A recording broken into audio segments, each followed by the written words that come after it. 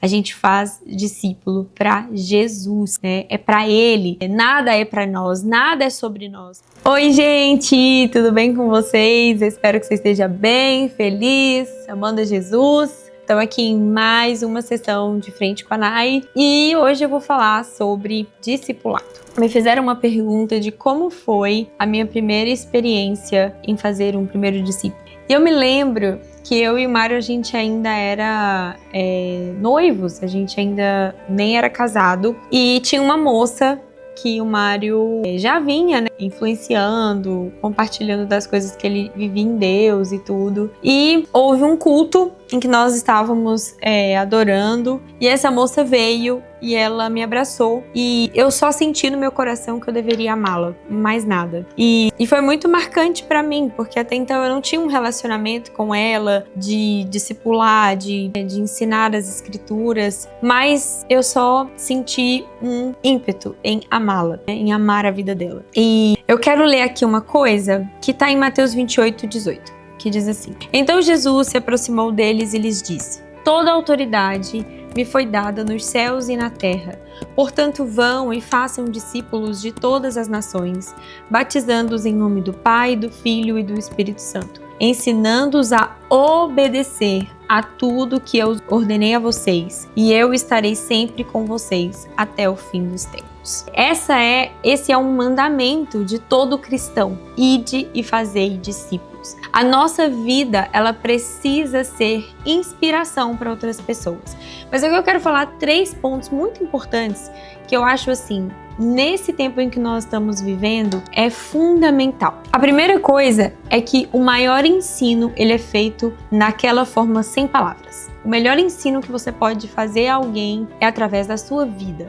É aquilo que você vive. E permitir que as pessoas estejam com você no seu dia a dia para ver como você lida com as suas frustrações, como você lida com os seus desafios, é a melhor forma de você fazer um bom discípulo. Então, os frutos da minha própria obediência, ela precisa atrair as pessoas a querer obedecer a Deus. Então, a nossa vida, os frutos de arrependimento da minha vida, os frutos da minha obediência, ela tem que atrair as pessoas ao Evangelho. O segundo ponto é que nós não fazemos discípulos para nós mesmos. A gente faz discípulo para Jesus, né? É para Ele. Nada é para nós, nada é sobre nós, principalmente porque nós somos falhos.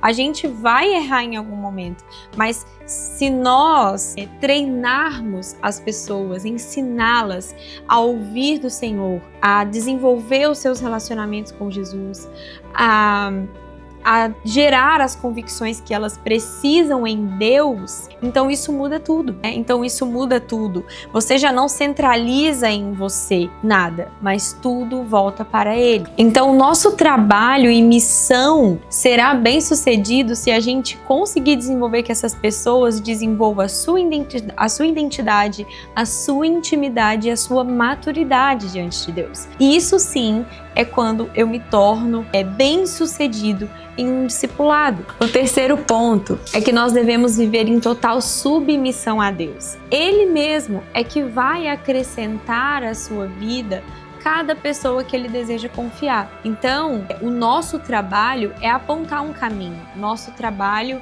é dizer, olha, eu já passei por aqui, né? Mas quem vai tomar as suas decisões é o seu discípulo, né? É a pessoa que você está discipulando. É ele que vai tomar a decisão de se submeter a Jesus ou não, de submeter ao Evangelho, a palavra de Deus ou não. Então, a gente não pode fazer isso por ninguém. Agora, a gente aponta um caminho.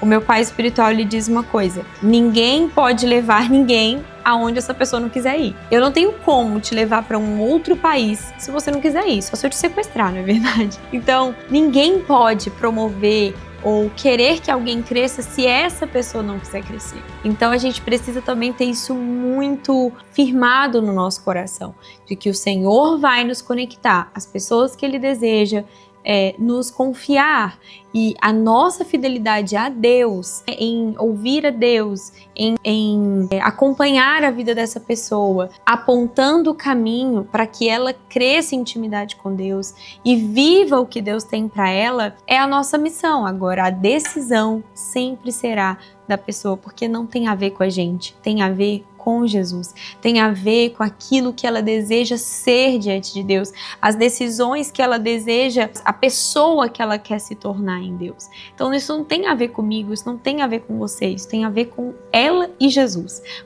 A gente só tá ali para ser um facilitador ou um despertador, muitas vezes, para despertar coisas que ela ou ele não está vendo. Então, eu volto a dizer, né? Tudo diz respeito a Deus, tudo diz respeito ao relacionamento com Ele, a habilidade e a capacidade de ouvi-lo e de conhecê-lo no seu caminho. Então, como eu falei no primeiro momento, né, os frutos da nossa obediência na nossa própria vida é que vai atrair as pessoas a Jesus. O evangelho, ele é o poder de Deus, mas primeiro esse evangelho, ele precisa ser vivo na minha vida. Ninguém pode levar ninguém aonde já não tenha ido.